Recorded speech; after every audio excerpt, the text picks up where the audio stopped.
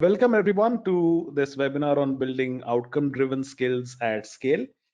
As Shruti has already introduced, my name is Sachin and I work as Program Director at KnowledgeHut for tech programs and full stack courses.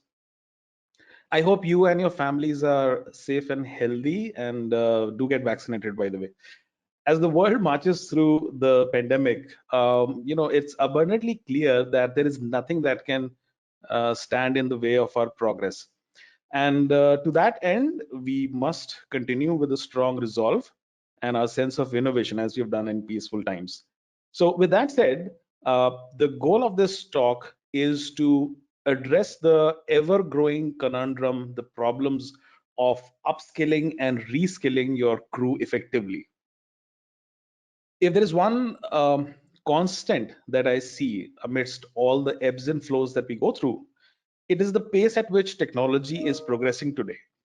I mean, the erstwhile limitations of computing power and infrastructure have literally faded into the cloud. So what we are seeing today is an insane amount of new technology being created almost every single day. So whether it's advances in AI and data science or the rapidly evolving web and mobile technology space to Internet of Things, it's quite clear that keeping up with this pace isn't going to be an easy and straightforward task for anyone. So this is clearly giving rise to, sorry, I have a slightly bad throat today. So this is clearly giving rise to dynamic and complex talent requirements, because you need to be at the helm of affairs if you literally have to survive this race. And gone are the days when you could set in stone the skill sets needed for a particular job. Today, your talent requirements are truly reflective of the dynamic nature of projects and businesses that you get from your clients. Your clients dictate what they want, and if a client wants something that is at the cutting edge of technology, you do have to fulfill that demand. And this quite simply means that your client expects your teams to be more than well versed with the technical requirements of the business. And consequently, as a service provider, the onus of ensuring your team's technical prowess falls on you. uh, with that said, to think that most training solutions fall short of expectations and the right pedagogy, you really have a serious problem at hand that requires a proper solution. And this threat isn't some kind of a prophecy. I mean, today businesses are concerned about ever-growing skills gap amongst their teams. And it quite literally shows in the figures that you see on this slide. Uh, with 69% of organizations raising an alarm over the urgency with which this skills gap must be fulfilled, and with most leaders concerned about the ever-present threat to organizational growth, it's obviously no wonder that organizations are on the lookout for practical outcome-driven training solutions which provide a tangible result at the end. On part of the employees, it has been observed, and this comes through our own observation over the past 10 years that we've been in the business of providing enterprise training solutions, that almost 95% of employees feel confident about their current employer if the employer is willing to invest in learning and development. So this clearly means that your investment in learning and development will actually have a far reaching impact in your organization, and you obviously get the added benefit of strong retention, and we all know how difficult retention can be in these dynamic times. And going back to the skills gap problem, we are in an age of digital disruption, as we all know, and there is groundbreaking tech at every corner and even more emerging every year. So this naturally is a matter of concern for everyone. For professionals, this simply means investing time in continuous learning. And this continuous learning should be supported by large-scale skill building programs that ideally includes personalized and experimental learning features as well. As you can see from this graph right here, and while it's not linear, but the time taken by organizations to train and prepare teams for handling production level scenarios increases with the importance or relevance of the skill at any given time. And since technology is growing at the speed of light, this graph is going to stay consistent. So this is obviously not a statement proclaiming a particular skill's importance over the other, but this is more of a snapshot depicting this relationship, which will stand true no matter when we do this analysis.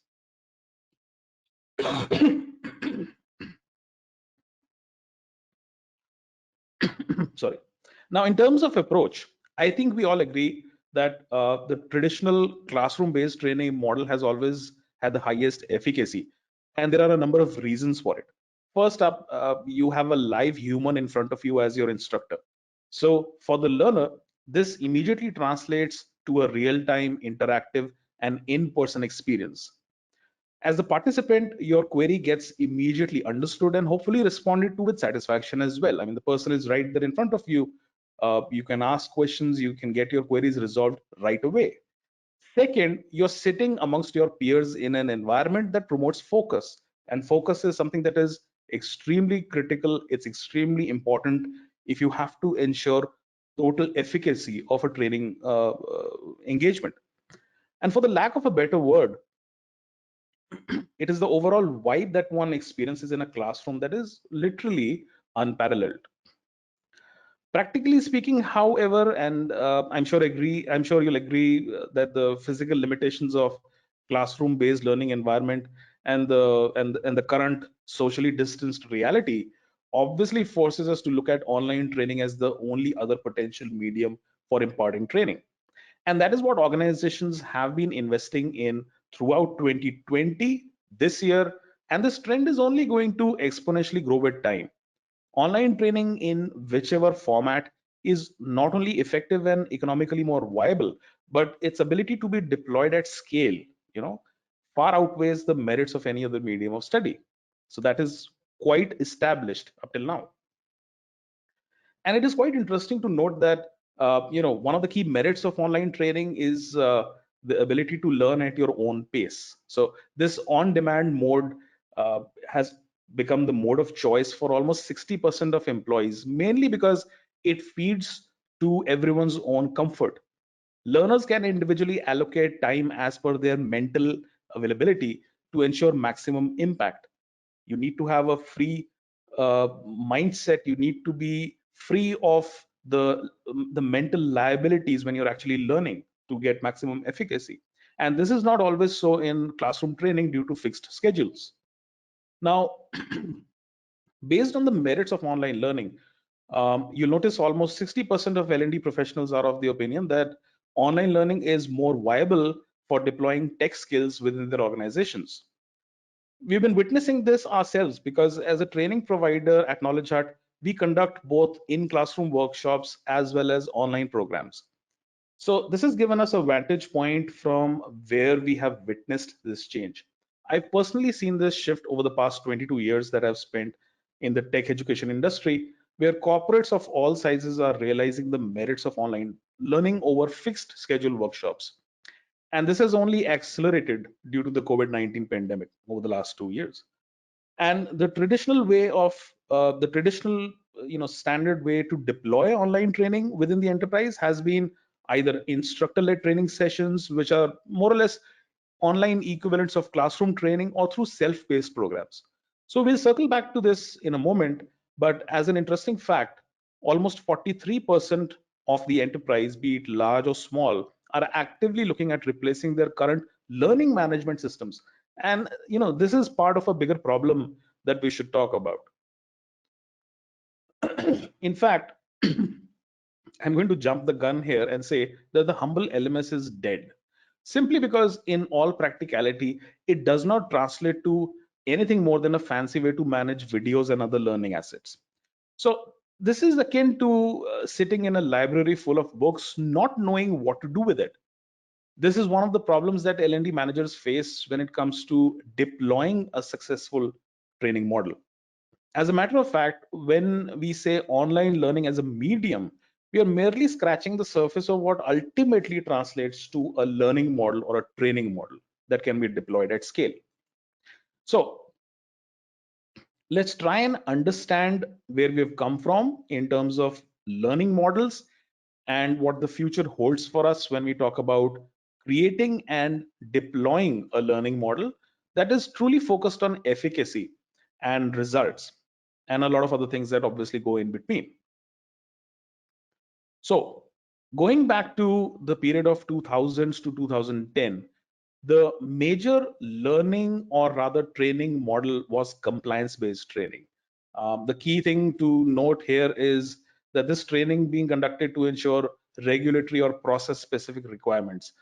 In essence, this is why we train people today as well, as part of the larger picture.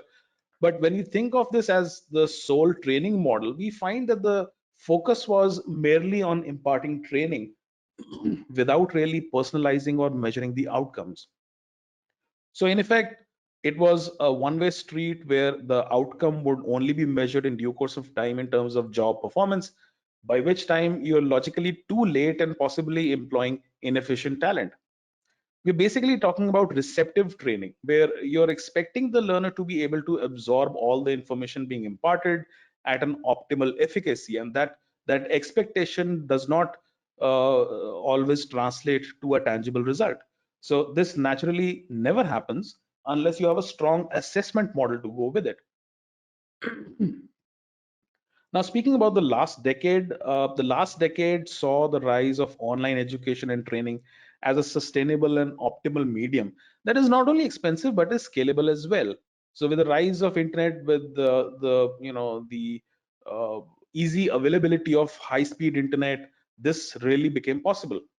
And while instructor-led classrooms haven't gone anywhere, we saw rapid and prominent rise of online live virtual classes, whether in cohorts or one-to-one training sessions. But perhaps the biggest rise that we saw was in the on-demand and self-paced training model, where a number of providers came into existence with their core product being a platform or an LMS for delivering video and text-based content. These platforms, these providers basically became learning management systems at the end, in effect with the ability to host and deliver multimedia content. You also have the emergence of skill-based programs where the focus is on developing specialized skills that are tied to practical use cases. The benefit being that skill-based training is directly applicable on the job, which means that you could dynamically adapt to the ever-changing business requirements. So for instance, you wanted a React developer, you got them to watch a React course and hope that the developer would be able to do justice to the project that the company has. So in totality, the period between 2010 and 2020 brought forth a lot of online training providers, and it sort of established online training as a strong and viable medium for delivering tech training at scale. So that being said, we still have to deal with an important problem. How do you effectively train someone for a role? While skill-based training or skills-based training are at the core of a successful training program, we are really looking for strong role bearers at the workplace.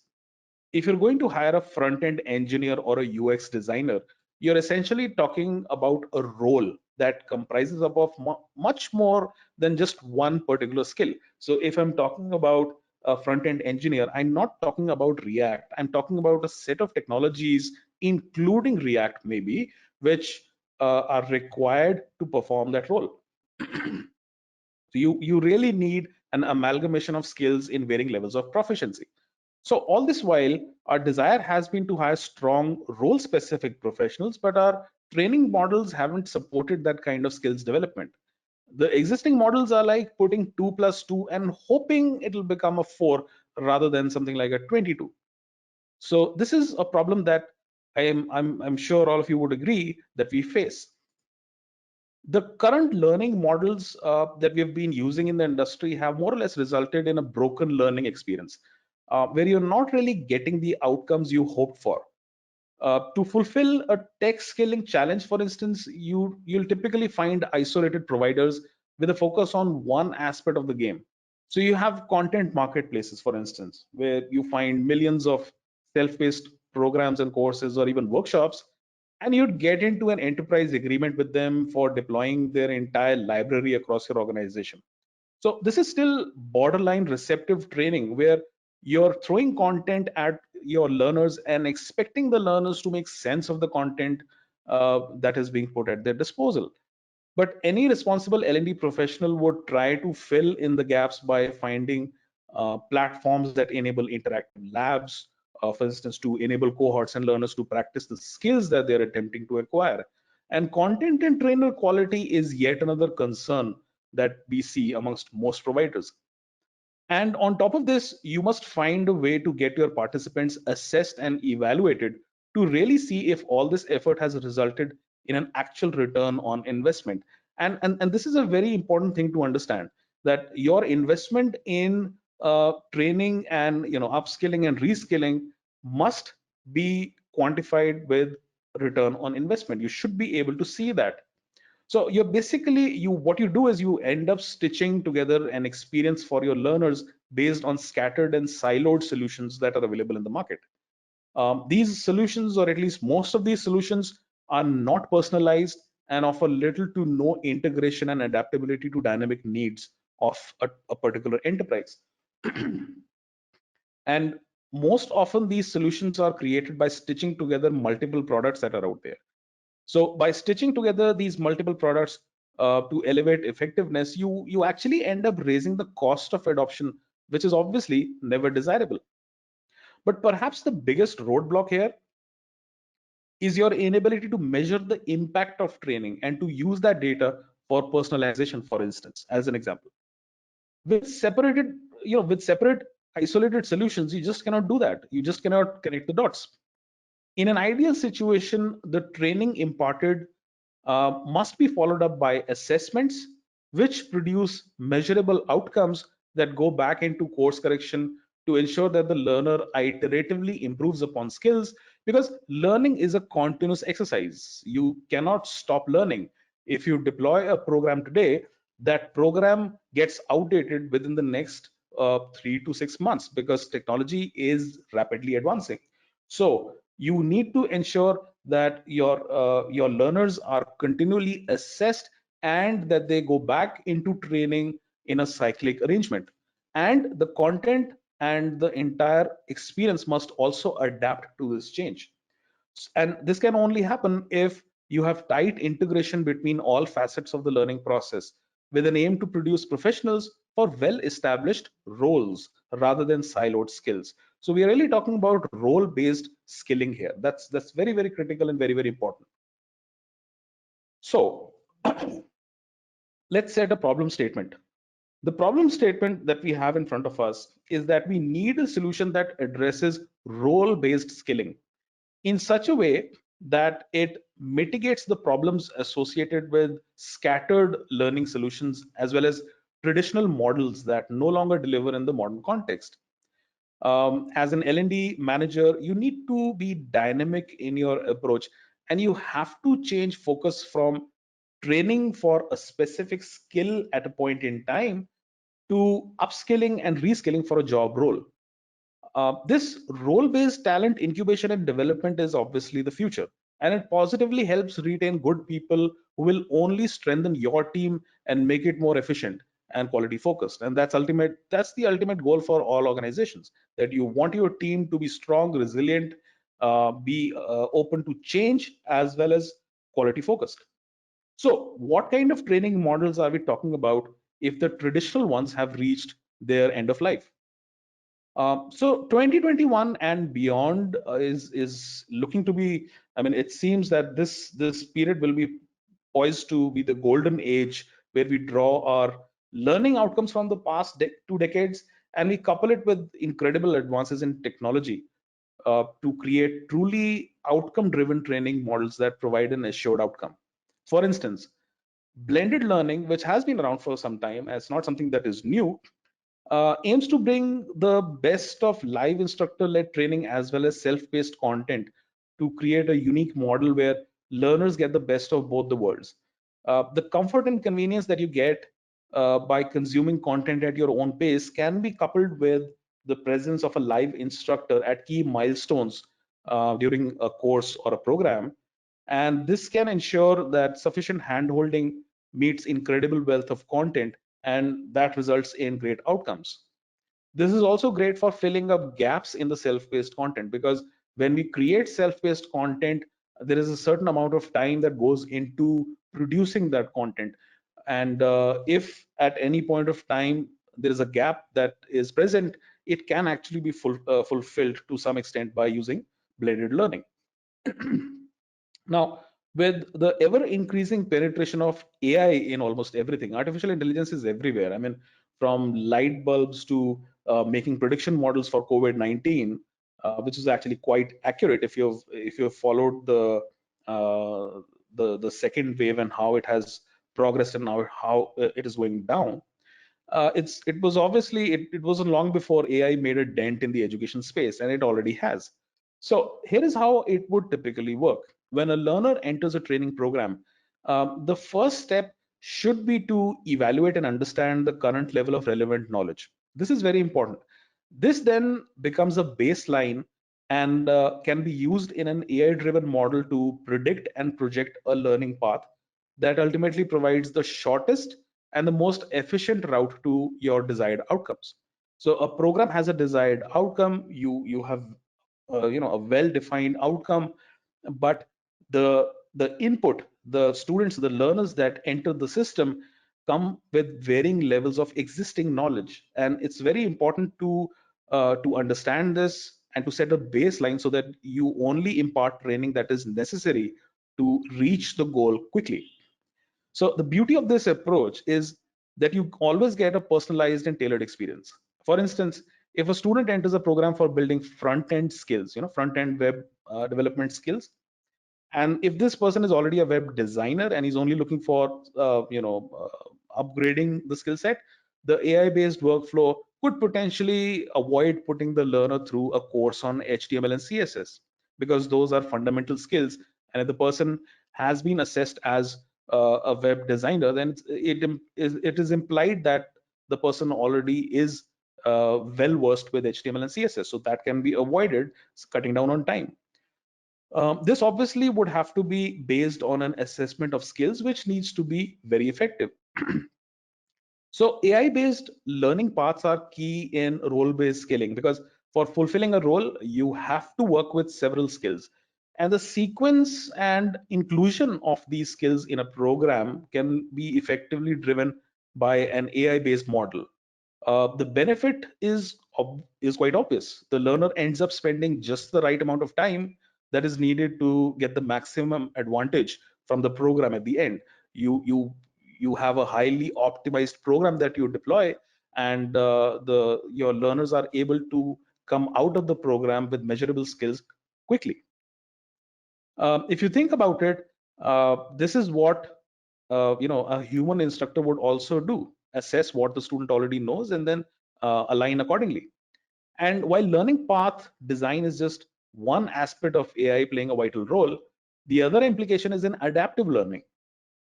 So once we have a learning path prediction that suits the individual needs of a learner, the adaptive learning model may be implemented to administer continuous assessment and course correct the learning journey. For instance, if a specific learner is finding it difficult to learn search algorithms in Java, then the adaptive learning model could bring in several guided exercises and examples to augment that part of the language and that part of the learning process, and provide additional training support automatically. And once again, this sort of connects to what a human instructor would do, assisting a slow learner with additional content. This is something that we do as in the classroom, and all of this is done to ensure a successful outcome.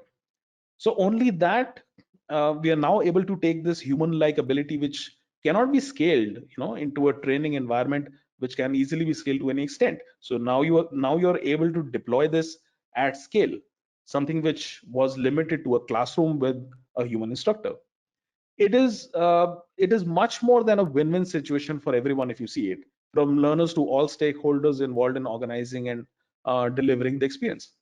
We also have the ever so important competency based training model.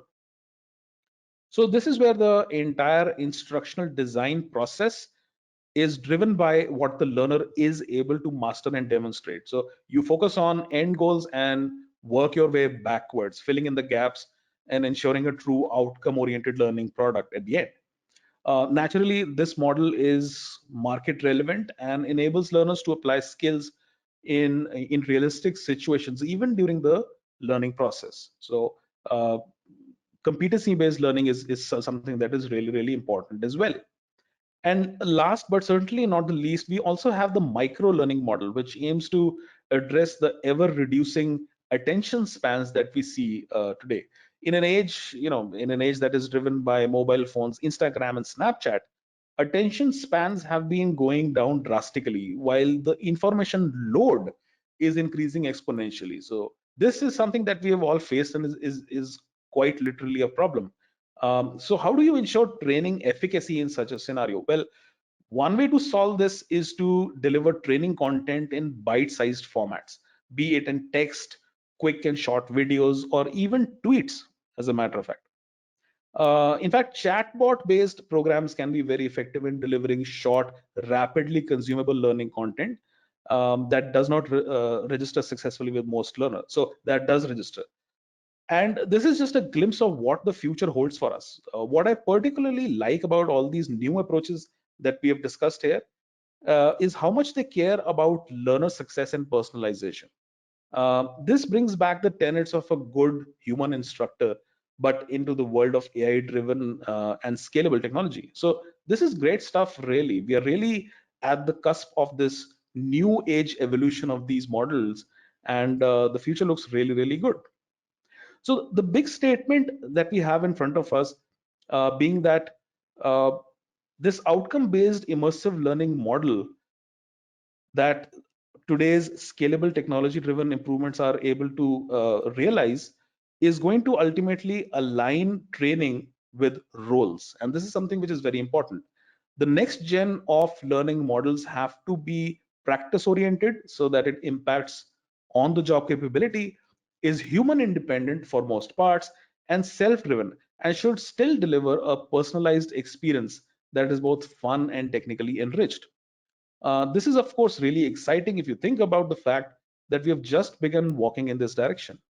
And going forward, this should be considered the norm and will soon become the traditional learning model for time to come. So, an outcome based immersive learning model is the future. This is what we are aiming at. Now, as an organization that has witnessed this evolution and has been part of the change that drives the future, we've been working hard and crafting a unique immersive learning solution ourselves that aims to deliver cutting edge learning products for the future.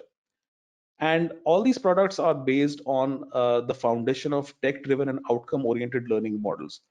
So let me begin by talking a bit about our pedagogical model, which is at the heart of all programs that we design and deliver at KnowledgeHut. And as a case study, I'd like to introduce our flagship full stack development program that we've built. When we started working on this program about 2 years back, I think, we were not aiming at creating yet another online course. I mean, that has been done and dusted everywhere on the internet. You find hundreds and thousands of courses on the internet which talk about full stack development. There's nothing new there. Our objective was quite different. We wanted to see how new age learning models can be applied in the creation of an immersive learning enabled program that aims to fulfill role based skill requirements that we were observing from tech companies across the world.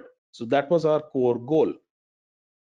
Talking about the program, this program itself is built up over 9 critical milestones that cover these 5 major areas of full stack development.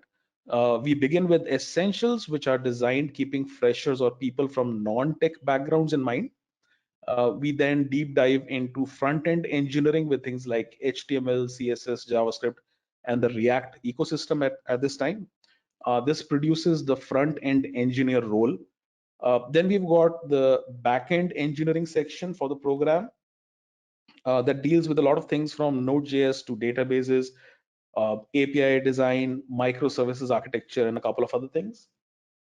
This is aimed at producing professionals for a back-end engineering role as a broad category, obviously. But we didn't stop there. We also added comprehensive DevOps skills in the program with Docker, Kubernetes, and the AWS DevOps ecosystem at Jenkins X. And last but not the least, we include Agile and Scrum in the process management section because it adds tremendous value to the professionals that are produced at the end. They are more they're better equipped to work in an enterprise engagement. Now, for creating this program, we created a pedagogical structure to begin with. The solution that we came up with rests on four pedagogical tenets that begins with immersive learning that we deliver through a combination of multimedia assets, such as high quality videos that we create in-house and in association with leading subject matter experts. We also offer interactive reading content, flashcards, and more. And it's not just about self-learning content. We strongly believe in the blended learning model, as we've discussed in the previous few slides. And to that effect, we include instructor-led sessions at key milestones during this program.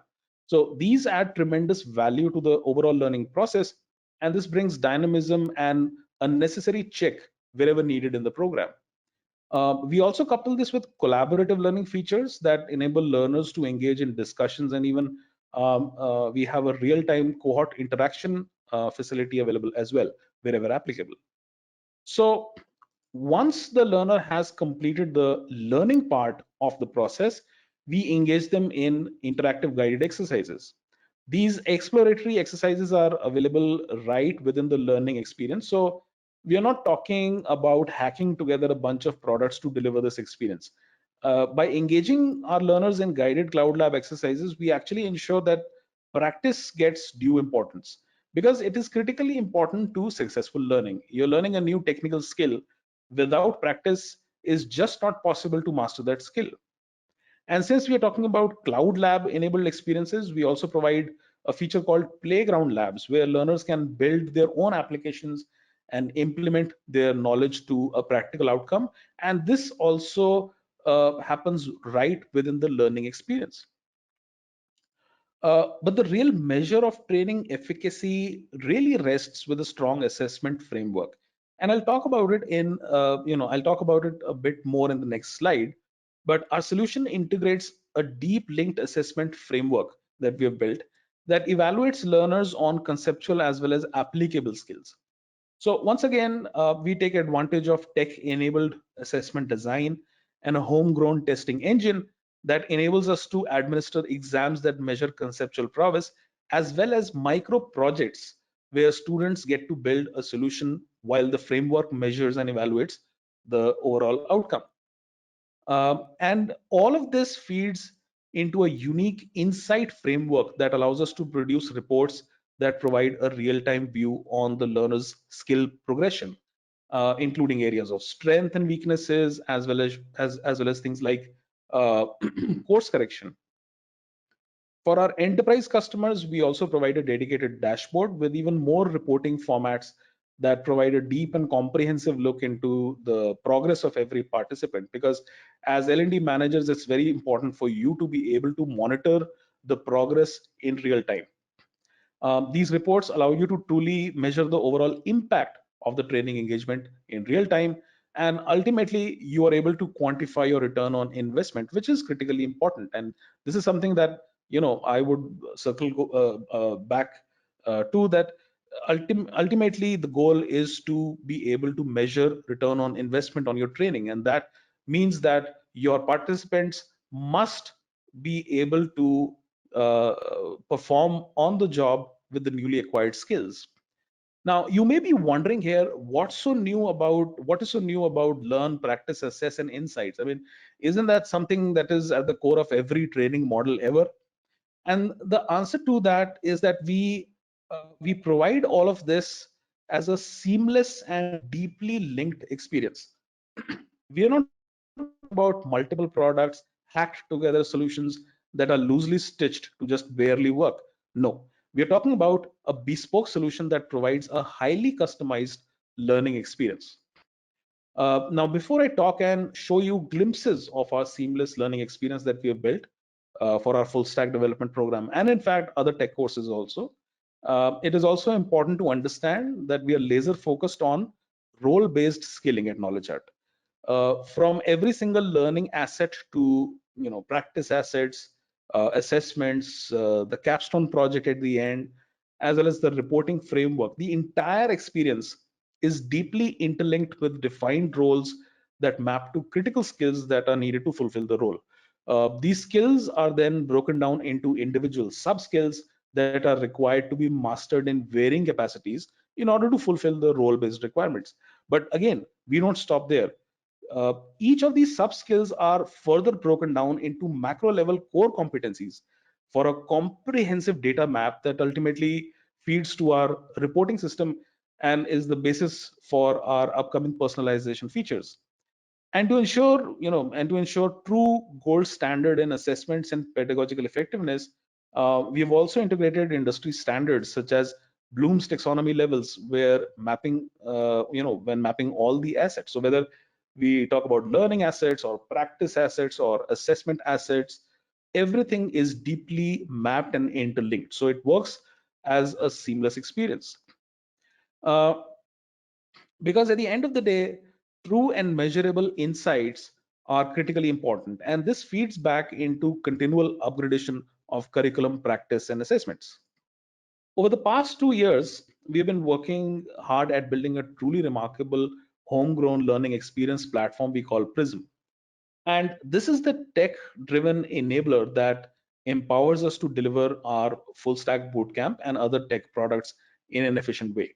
So Prism, the platform as a platform, is a learning experience platform which provides a truly immersive learning experience to every learner.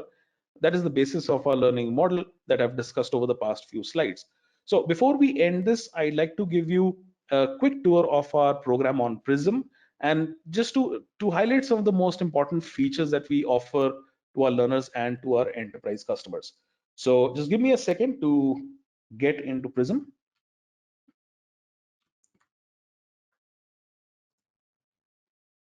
All right, so I hope you can see the UI here. I'm on the dashboard. I'm logged in as a learner here. And what you can see right off the back is that our emphasis on ensuring that you always get insights on your progression. So right off the back, when you log in, you see a skills report that is updated in real time as you progress through the program, as you go through your learning journey. This program is offered in both the blended mode, where you have 80 hours, approximately 80 hours of instructor-led training that is coupled with the self-paced content that we have created. And this program can also be consumed purely in self-paced mode as well. So we offer both these modes.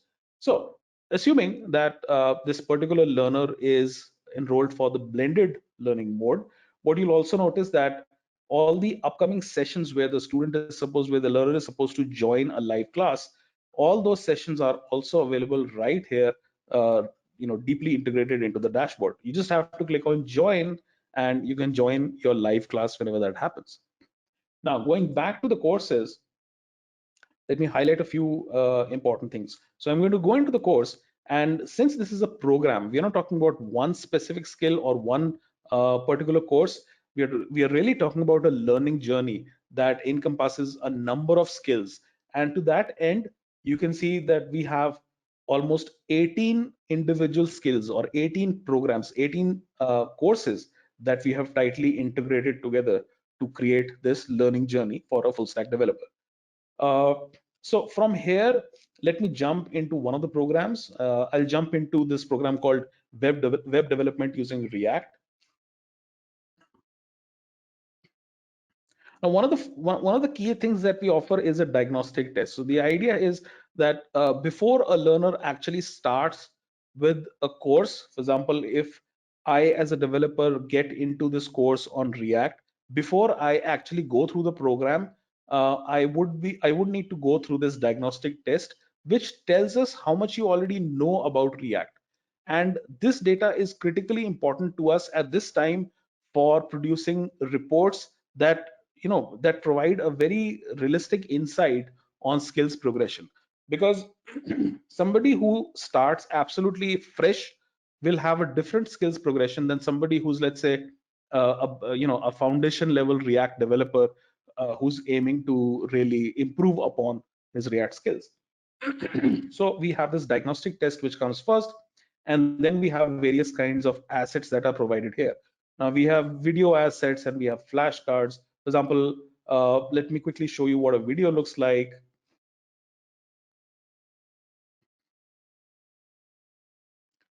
So here I was watching a particular video on React. And full flexibility for all kinds of use cases. The first kind of component that React offers are known as class components. A class component is subclassed from the component class in React. So let's say you've seen a video, you understood something that has been explained in the video, but the really important point here is that no amount of learning is successful until you actually put your skills to practice. So to put your skills to practice, and this again comes to the four tenets that I talked about and the deep integration that I talked about. We have something called as hands-on exercises. So you don't have to exit the platform, go anywhere else. You just go here, click on Start Lab, and what this does is this brings up an integrated coding environment right here in the learning experience. So you don't exit your learning experience. You're here, and you can actually practice what you just learned. Now this lab is a dedicated virtual machine that we have integrated into the platform. It's deeply integrated. It works with our assessment framework. It's not just a, again, as I said earlier, it's not a hack together product. It's tightly integrated into our pedagogical framework. So since I'm launching this for the very first time, it's going to take a little while to get up and ready. But once it's on, it keeps going, and we provide a fixed number of credits or number of hours for every learner as a part of the package, and we can also upgrade that from time to time. So what happens here is you're going to see a code editor which is quite similar to Microsoft VS Code, and it lets you write your code, edit your application right here in the cloud in your learning experience. So I have an application, a React application, which is built right here. This is a guided exercise, which means that I'm not going to be tested on anything, but uh, I get complete instructions from start to finish on what I'm supposed to do in this particular exercise. So by working through this example, I actually can practice what I've learned in the preceding video. So you have your code here. You can see all the files, the entire setup for this React application, and you can see your results. So what we're building here is this small widget, this small UI where I can type something, and this gives me a character count and this gives me a word count. At this point, as an example, you can see that I am getting the word count, but I'm not getting the character count. So I can go through the instructions, I can see what is going wrong, and I can go back to the code editor and implement that. And at any point of time, you can go into the expected result and you can see how it should actually work like. So for example, if I type here, this is a demo, you can see that the character count works. This is what I should be building. This is what I should get at the end. So I can go back to the code editor and go through this and implement this change. So I'll say this dot state dot text dot length, and now if I go into the your result pane and if I type something, you can see that the application is actually working as it is supposed to. But this is again not a standalone exercise. When you click on submit, it actually evaluates whether you've been able to achieve the result or not. Now, in this case, my task is done. So what it does is it says, congratulations, good job. If the task were not complete, then I would get suitable feedback. So this way, you don't have to exit your learning experience. Now I'll click on next. This thing shuts, and the next exercise comes in because for this particular topic, I've got two hands-on exercises. So this is again one of the things that I wanted to highlight, that we have tightly integrated into the platform. We've got other things like we've got recall quizzes as well. Now a recall quiz is just there to strengthen your conceptual recall. So while the preceding example showed you a practical hands-on assignment, Here we have conceptual questions. So for example, if I answer this question, it tells me whether I've got it right or wrong. And in case I've got it wrong, then what is the remedy? What is the correct solution? That is also provided here. So this is again not graded, and ultimately what is happening here is that I'm getting to reinforce my conceptual knowledge. Now, once you've been through this, once you've seen the videos, you've been through the interactive reading material that we also offer.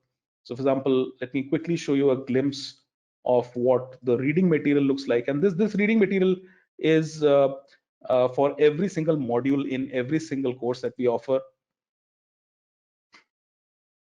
You can see a few points of interactivity that we have added.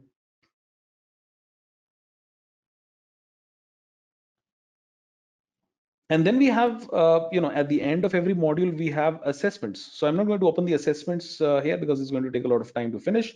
But ultimately, the idea of assessments is that these are, again, concept-driven questions, which are, again, deeply linked at the core competency level, at the sub-skill level, to feed into the assessment framework and the reporting system at the end. And you'll see why I'm saying this when you see the actual reports that I show you.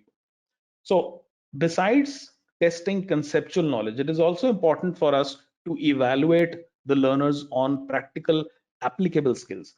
And to that end, we offer something called assignments. Now, an assignment, as humble as the word is truly a micro project. It's a realistic project that we deploy in the program at various milestones during these courses, where the students actually get to implement their skills and create a product which is assessed. It's not a tutorial, it's not an instruction driven exercise. We have a problem statement that we provide to the student.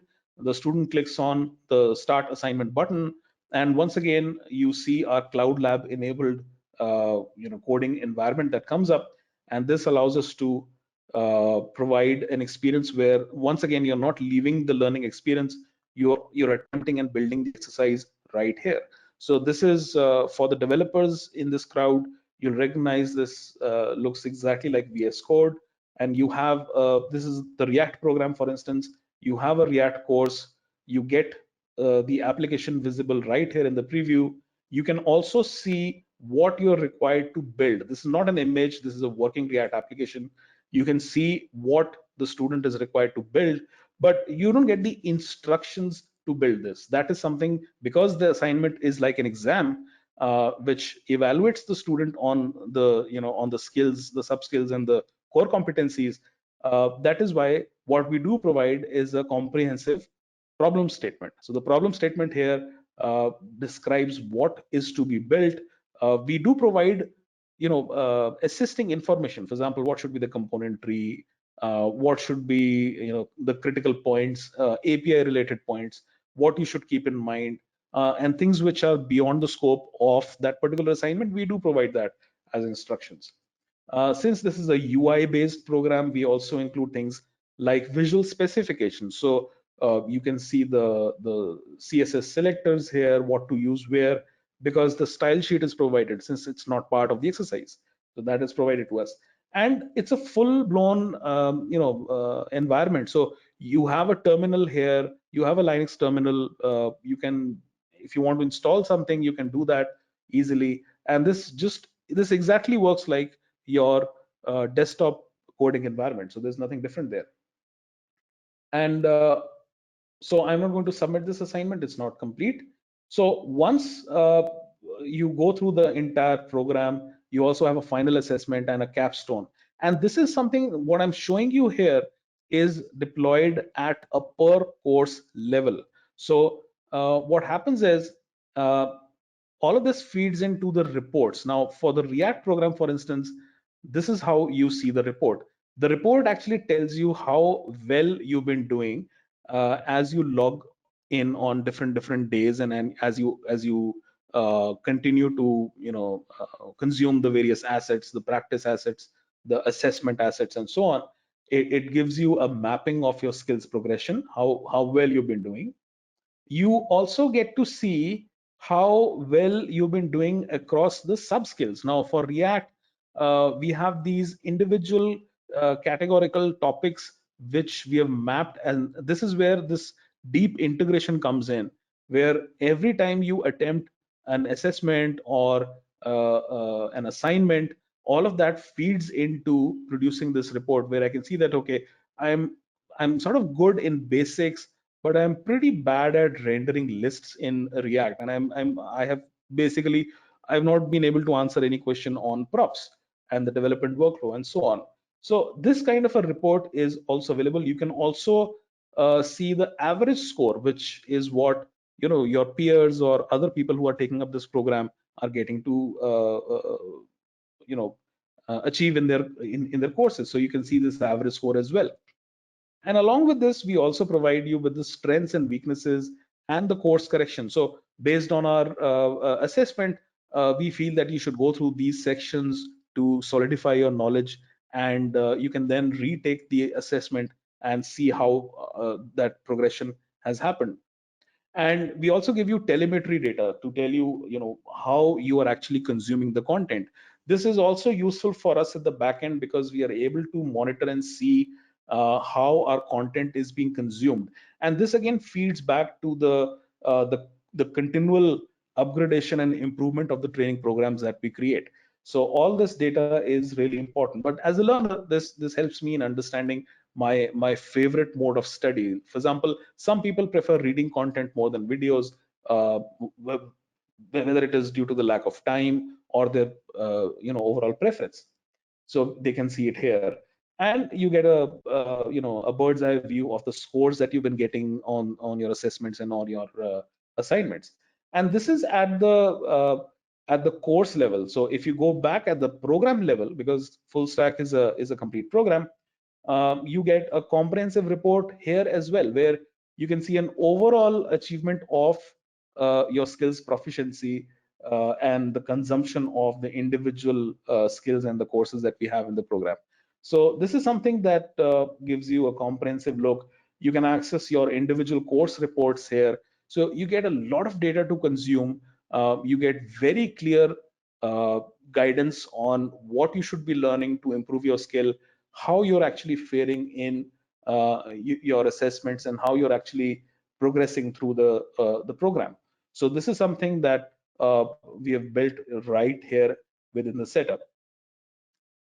We also offer things like collaborative learning through discussion forums, where you can ask a question, you'll get responses from our instructor team, as well as you can get answers by other students and learners and your peers, and you can contribute to their queries as well.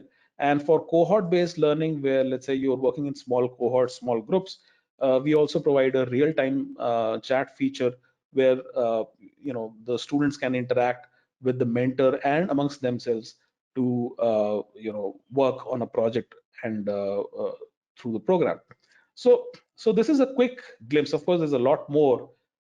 This is a quick glimpse of what we've been working on for deploying our tech programs here at KnowledgeHut. Again, for us, this is going to be an ongoing exercise as we take feedback from the industry and we rapidly incorporate into our platform and the entire program. So the key thing to note here is that this is not an LMS.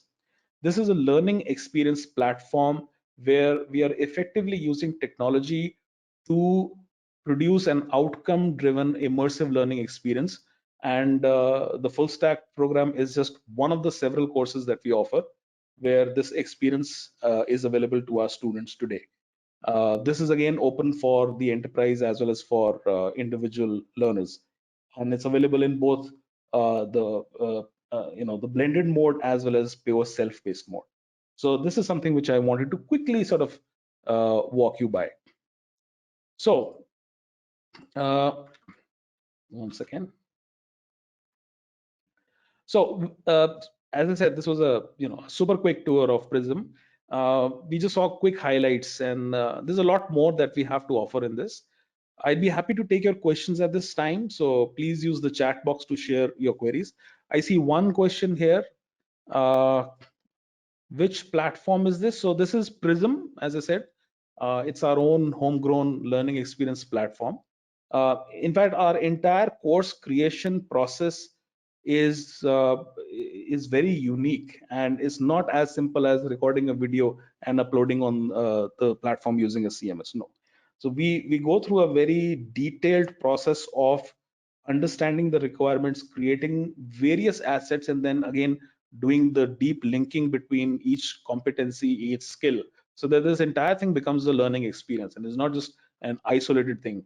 All right, so the question is, can you differentiate between sub-skill and core competency? So what happens is, if you look at any particular skill, for example, let's talk about building web applications using React. Now within React, you have several things that you can achieve with respect to the various features and the various things that you can do with it. So for example, a sub-skill could be building forms using React. Now that process itself can be further broken down with respect to React, where you're using React specific features. So your ability to work with form fields, your ability to work with things like event listeners, handling events, handling the data flow, those then become the core competency within that subskill. So a subskill is, for us, is sort of a categorical thing that you can achieve, and the core competency would be your ability to use specific features to achieve that subskill. So that's where the difference lies. And this again is very important to be able to measure, skill specific or framework specific or technology specific features at the macro level. I hope that answers your question. My pleasure.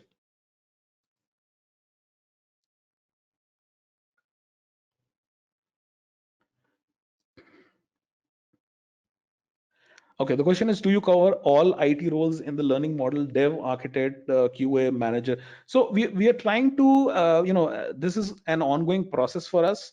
Our aim is to obviously include all the IT roles in the learning model. And yes, so to answer to your question, yes.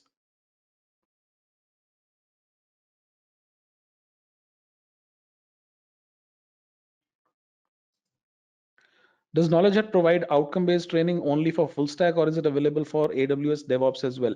So the outcome-based learning model is available for all the courses that we create. It's not just limited to the full stack. It's for all the tech programs that we are building on this platform. In fact, AWS DevOps is part of the full stack program itself. So that program again has all these kind of assets that are built in, and yes, so it's outcome driven. What model is followed for the short duration webinars? So this the training model that we have is only deployed using the PRISM platform that I've shown you. So when we talk about short duration webinars, of course we try to follow the same process there, but then there is a limitation to how much we can deploy our platform specific features during those webinars. So things like hands-on exercises, the guided exercises, and to some degree the assessment and the assignment can be deployed during the short duration webinars as well. But the courses that we offer on the platform are built using a combination, I mean, wherever applicable, a combination of instructor-led sessions as well as the self-paced content. So that's a completely different thing.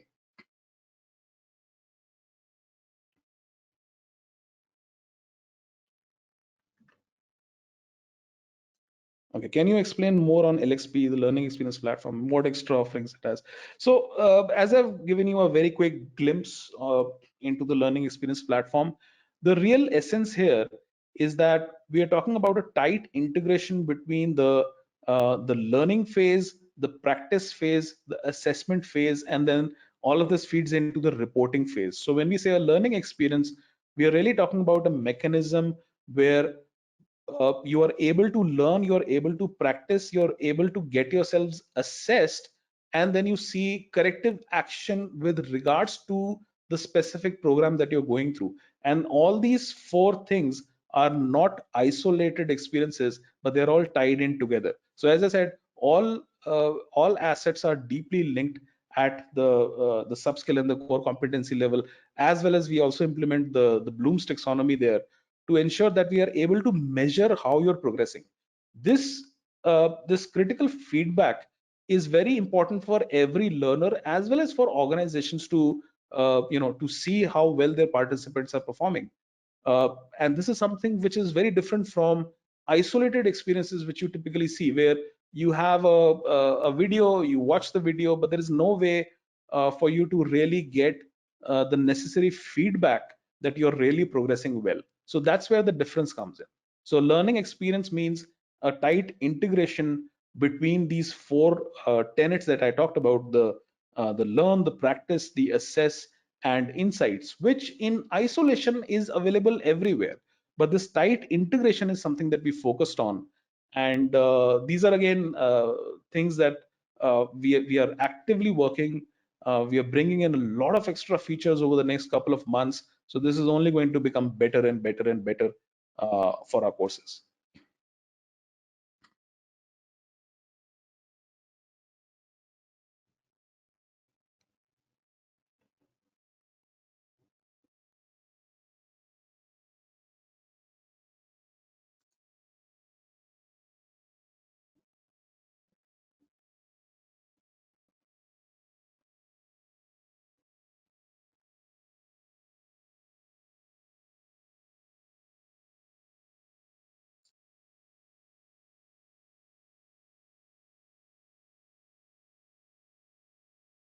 Okay, is it good to start a full stack course for a 7 years operations guy?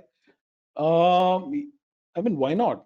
If you see yourselves in the full stack industry, in the web application space, and see, when we say full stack, it's the start of a direction which leads to many avenues.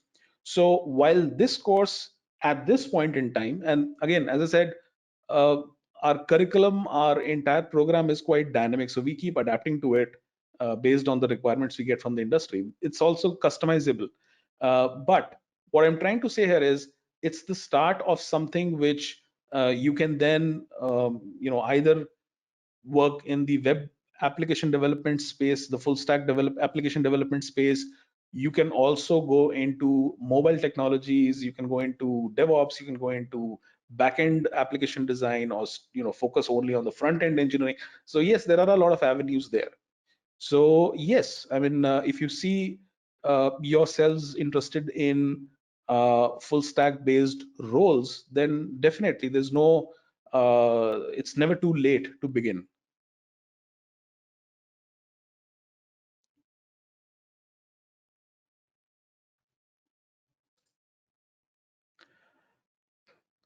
Can trainers give us more personalized support, like career growth plan, what courses to do? So yes, we can. We actively engage. In fact, not just the trainers. As an organization, we love to actively engage with all our learners. So if there is any kind of guidance that is required, our entire team is always available. So we don't like to work in a siloed kind of a setup where the only person interacting with you is the trainer. Uh, all of us are available at your disposal as our learners, and you can talk to us at any point of time, get whatever guidance at any point in time. Uh, our core goal is to ensure that you succeed. So yes, while the trainers are always available, everyone else in the organization is also available to you. Thank you so much for your valuable time. I hope that the insights that I shared and the platform that we showed you were useful. If you're keen to know more about our full stack program, you can reach out to us. You can in fact write to me directly as well. My email ID is on the screen. Please take a note of this. We would be happy to talk to you. And in fact, for the enterprise, if you are an L&D manager, if you are responsible for uh, implementing programs, training programs within your organization, we also provide enterprise trial accounts for this program so that you can evaluate the program to see if it suits the needs of your organizational needs. And we do offer customization as well to the program curriculum. So thank you so much once again. We hope to hear from you, and please feel free to write to me anytime that you have an opinion, feedback, or anything uh, regarding building outcome driven technology skills and scale. So thank you so much.